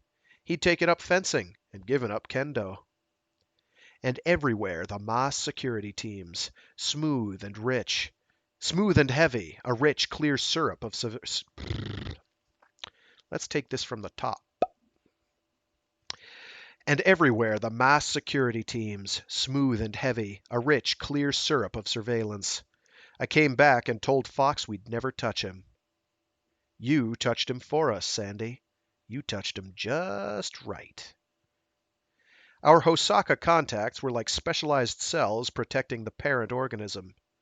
We were mutagens, Fox and I, dubious agents adrift on the dark side of the intercorporate sea. When we had you in place in Vienna, we offered them Hiroshi. They didn't even blink. Dead calm in an L.A. hotel room. They said they had to think about it. Fox spoke the name of Hosaka's primary competitor in the gene game, let it fall out naked, broke the protocol forbidding the use of proper names. They had to think about it, they said. Fox gave them 3 days.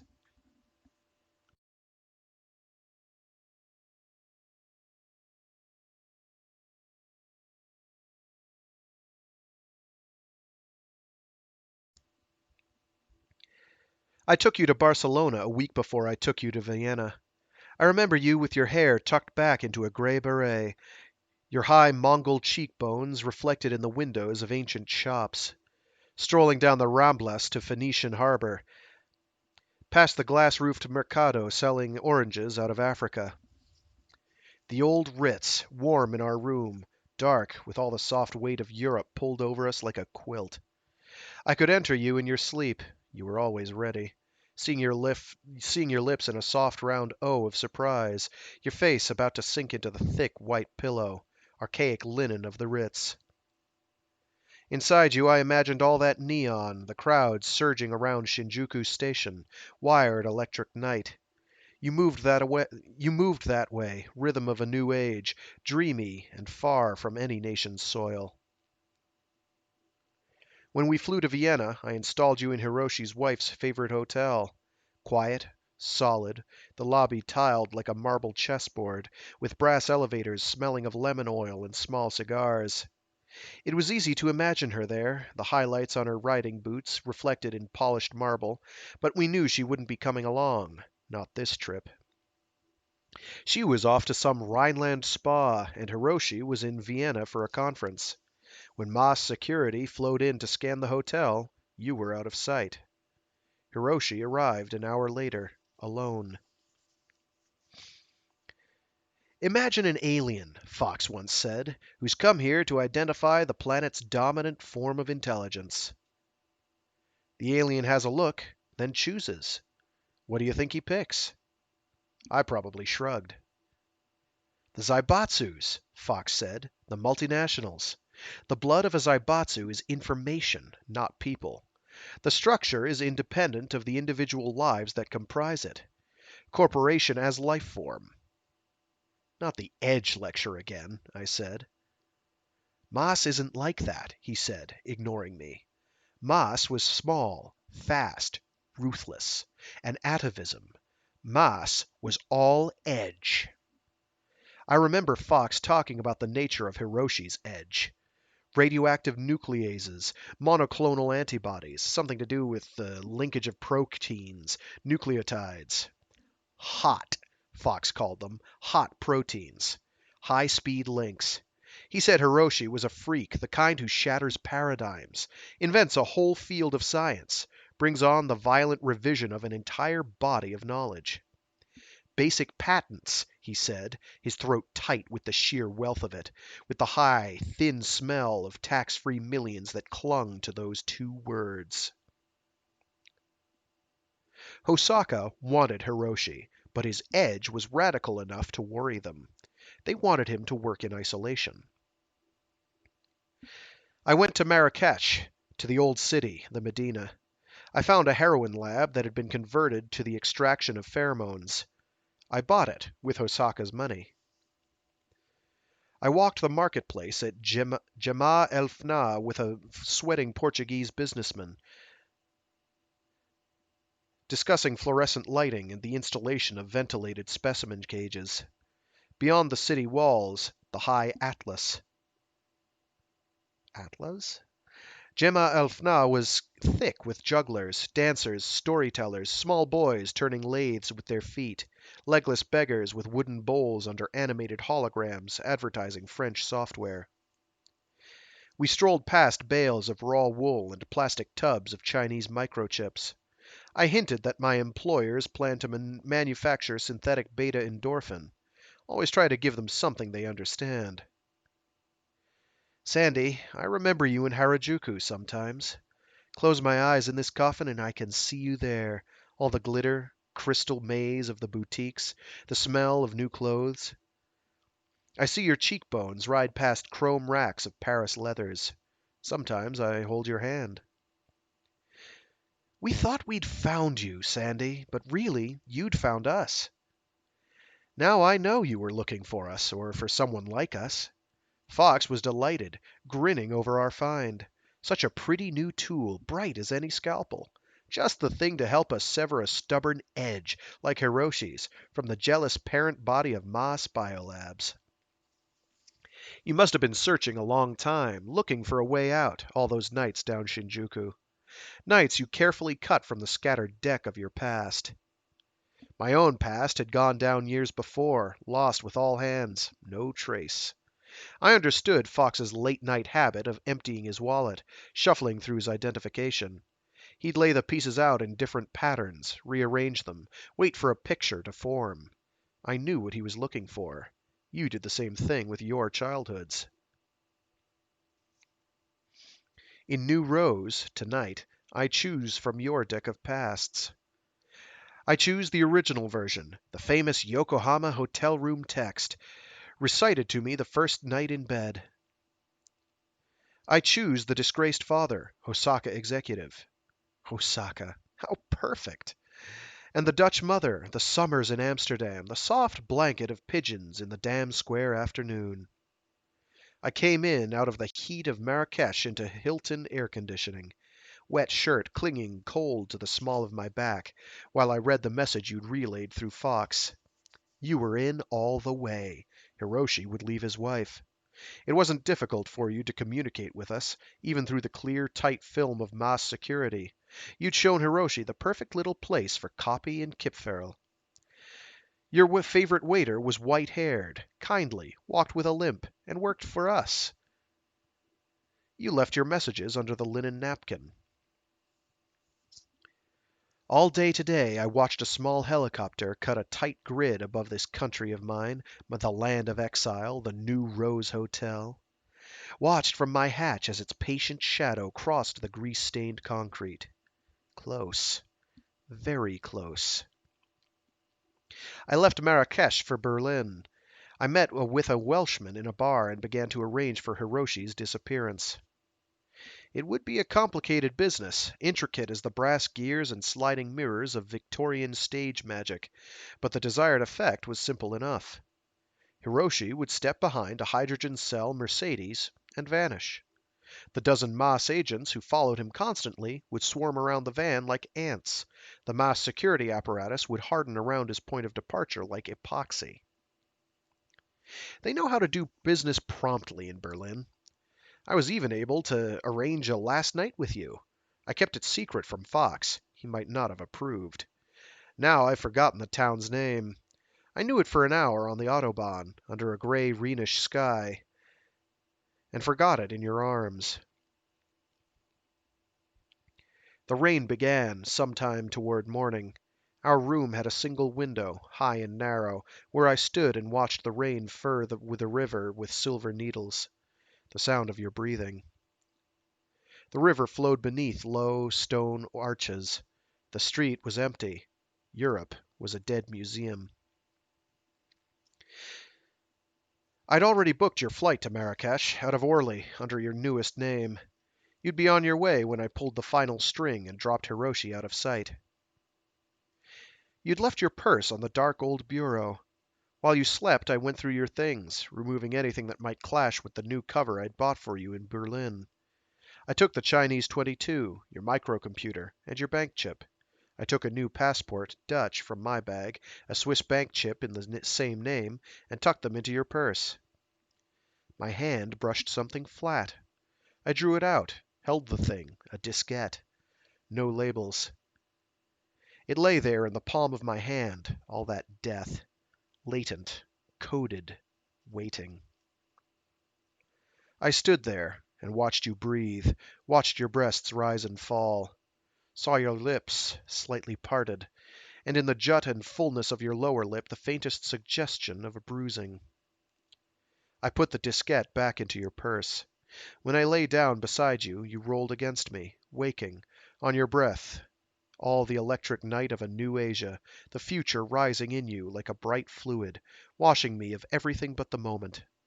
That was your magic, that you lived outside of history, all now. And you knew how to take me there. For the very last time, you took me.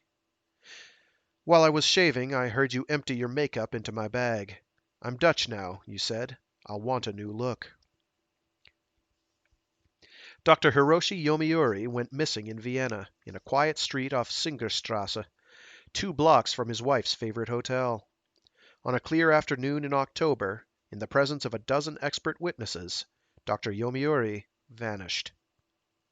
He stepped through a looking-glass. Somewhere, off stage, the oiled play of Victorian clockwork. I sat in a hotel room in Geneva and took the Welshman's call.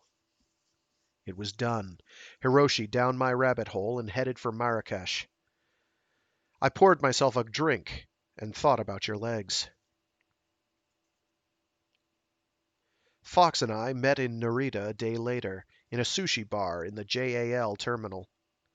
He'd just stepped off an Air Maroc jet, exhausted and triumphant. Loves it there, he said, meaning Hiroshi. Loves her, he said, meaning you. I smiled. You'd promised to meet me in Shinjuku in a month. Your cheap little gun in the New Rose Hotel. The chrome is starting to peel. The machining is clumsy, blurry Chinese stamped into rough steel. The grips are red plastic, molded with a dragon on either side, like a child's toy.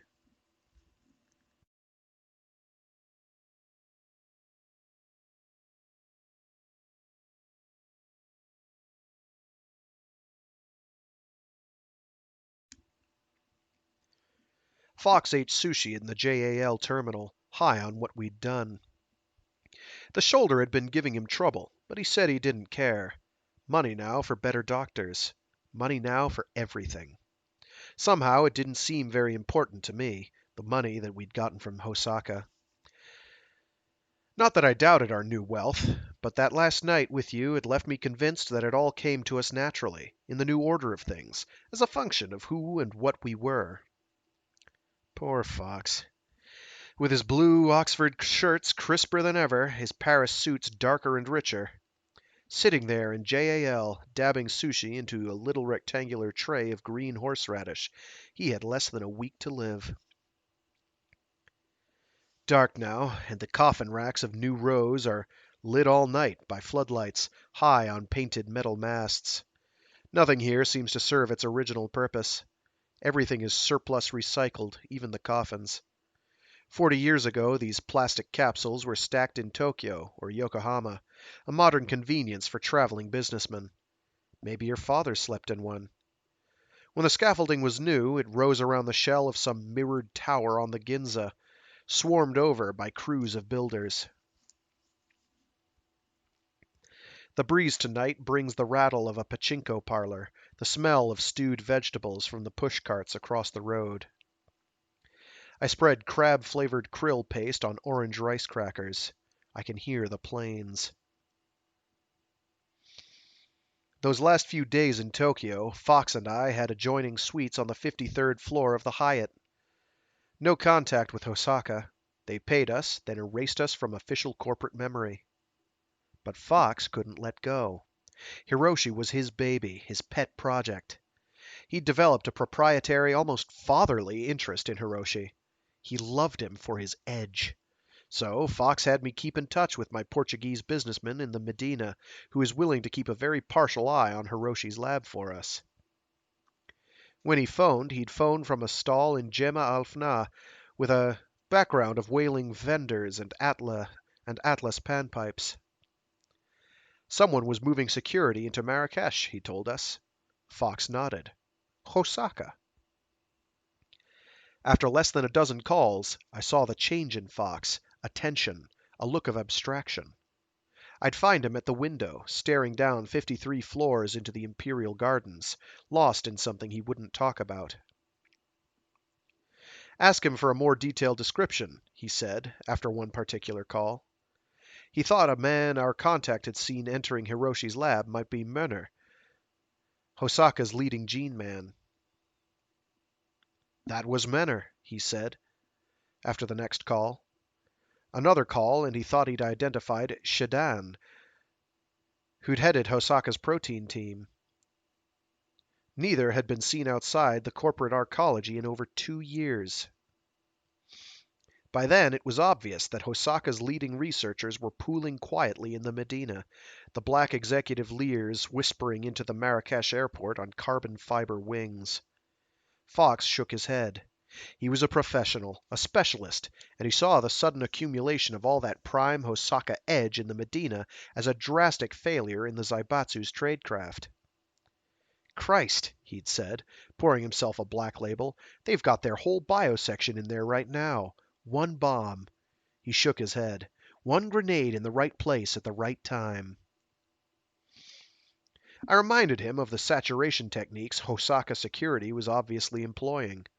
Hosaka had lines to the heart of the Diet, and their massive infiltration of agents into Marrakesh could only be taking place with the knowledge and cooperation of the Moroccan government.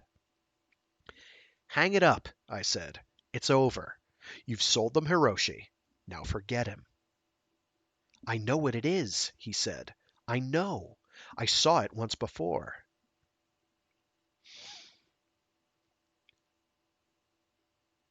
He said that there was a certain wild factor in lab work. The edge of edge, he called it. When a researcher develops a breakthrough, others sometimes find it impossible to duplicate the first researcher's results. This was even more likely with Hiroshi, whose work went against the conceptual grain of his field. The answer, often, was to fly the breakthrough boy from lab to corporate lab for a ritual laying on of hands. A few pointless adjustments in the equipment, and the process would work. Crazy thing, he said. Nobody knows why it works that way, but it does. He grinned. But they're taking a chance, he said. Bastards told us they wanted to isolate Hiroshi, keep him away from their central research thrust. Balls. Bet your ass there's some kind of power struggle going on in Hosaka research. Somebody big's flying his favorites in and rubbing them all over Hiroshi for luck. When Hiroshi shoots the legs out from under genetic engineering, the Medina crowd's going to be ready. He drank his scotch and shrugged. Go to bed, he said. You're right. It's over.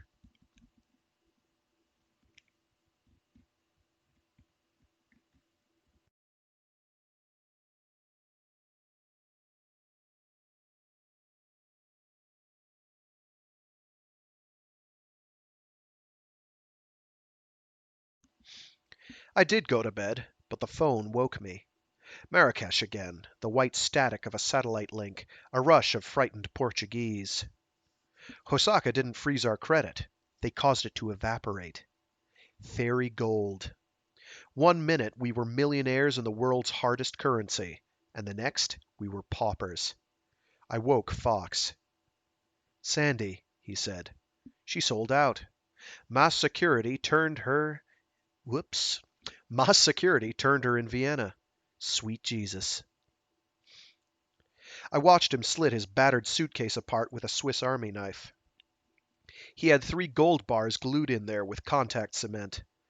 Soft plates, each one proofed and stamped by the treasury of some extinct African government. I should have seen it, he said, his voice flat. I said no. I think I said your name. Forget her, he said. Hosaka wants us dead. They'll assume we crossed them. Get on the phone and check our credit. Our credit was gone. They denied that either of us had ever had an account. Haul ass, Fox said. We ran. Out a service door, into Tokyo traffic, and down into Shinjuku. That was when I understood for the first time the real extent of Hosaka's reach. Every door was closed. People we'd done business with for 2 years saw us coming, and I'd see steel shutters slam behind their eyes. We'd get out before they had a chance to reach for the phone. The surface tension of the underworld had been tripled, and everywhere we'd meet that same taut membrane and be thrown back. No chance to sink, to get out of sight. Hosaka let us run for most of that first day. Then they sent someone to break Fox's back a second time. I didn't see them do it, but I saw him fall. We were in a Ginza department store an hour before closing, and I saw his arc off that polished mezzanine, down into all the wares of the New Asia. They missed me somehow, and I just kept running. Fox took the gold with him, but I had 100 new yen in my pocket. I ran, all the way to the New Rose Hotel. Now it's time. Come with me, Sandy. Hear the neon humming on the road to Narita International. A few late moths trace stop-motion circles around the floodlights that shine on New Rose. And the funny thing, Sandy, is how sometimes you just don't seem real to me. Fox once said you were ectoplasm, a ghost called up by the extremes of economics. Ghost of the new century, congealing on 1,000 beds in the world's Hyatts, the world's Hiltons. Now I've got your gun in my hand, jacket pocket, and my hand seems so far away, disconnected. I remember my Portuguese business friend forgetting his English, trying to get it across in 4 languages I barely understood, and I thought he was telling me that the Medina was burning. Not the Medina. The brains of Hosaka's best research people. Plague, he was whispering, my businessman. Plague and fever and death. Smart Fox. He put it together on the run. I didn't even have to mention finding the diskette in your bag in Germany. Someone had reprogrammed the DNA synthesizer, he said. The thing was there for the overnight construction of just the right macromolecule, with its inbuilt computer and its custom software. Expensive, Sandy, but not as expensive as you turned out to be for Hosaka. I hope you got a good price from Mas. The diskette in my hand. Rain on the river. I knew, but I couldn't face it. I put the code for that meningeal virus back into your purse and lay down beside you. So Menner died, along with the other Hosaka researchers, including Hiroshi. Shidan suffered permanent brain damage. Hiroshi hadn't worried about contamination. The proteins he punched for were harmless. So the synthesizer hummed to itself all night long, building a virus to the specifications of Mas Biolabs GmbH. Mas. Small, fast, ruthless. All edge. The airport road is a long, straight shot. Keep to the shadows. And I was shouting at that Portuguese voice. I made him tell me what happened to the girl, to Hiroshi's woman. Vanished, he said. The whir of Victorian clockwork. So Fox had to fall with his 3 pathetic plates of gold, and snap his spine for the last time. On the floor of a Ginza department store, every shopper staring in the instant before they screamed. I just can't hate you, baby. And Hosaka's helicopter is back. No lights at all, hunting on infrared, feeling for body heat. A muffled whine as it turns, a kilometer away, swinging back toward us, toward New Rose. Too fast a shadow against the glow of Narita. It's all right, baby. Only please come here. Hold my hand. And that was New Rose Hotel by William Gibson. So that is pretty punktastic. That is the kind of stuff that I love William Gibson for. Is this? Well, it's very edgy. It's nasty. It's mean. It's brutal. It's violent. It's great. It's mysterious. It's sexy. It is edge. It is life in the time of Zaibatsu's multinational corporations running the world. That is the Sprawl trilogy. That is good stuff. So if you like more of that, and Johnny Mnemonic, and later when I get to reading the actual titular story, Burning Chrome, or is it titular? I've never been too sure of that. If you like any of that, I highly, highly, highly recommend you check out Neuromancer, Count Zero, and Mona Lisa Overdrive. In that order, because they are actually a trilogy that take place one after the other, though they are very disparate. You have some references to the events of Neuromancer in Count Zero. You have at least one. You have one main character from Neuromancer in Mona Lisa Overdrive. I cannot, for the life of me, though, remember if Count Zero is referenced in Mona Lisa Overdrive. I do not think it is. They stand well on their own, but I think it's best if you read them one after the other because the formative events that occur in Neuromancer have rippling effects on both the sequel novels. So yeah, this has been Storytime Saturdays. I do this every Saturday if I can, provided there aren't major roadblocks schedule-wise, which have been happening for my other streams. They just have not been able to happen. Normally I do a Mecha Monday stream where I do something giant robot related or mecha adjacent. I also do a Warframe Wednesday stream where I do every Wednesday something Warframey, but I haven't been able to do either of those two streams for the last couple of weeks and probably the foreseeable immediate future, the next month or so. We'll see after that. My schedule is starting to settle, and I may be able to actually have time, but that is not guaranteed at this point. So yeah, I'm Fraga. Thanks for tuning in. I will try and get this uploaded to YouTube today, if possible. I'd like to remember to do that, like I forgot last week. But yeah, thanks for tuning in, and geez, have a great day. Read some good books. Hopefully the weather's nice.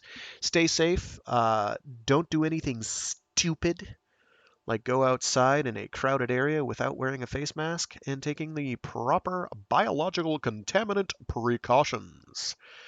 Thanks, folks, and have a good one. Bye.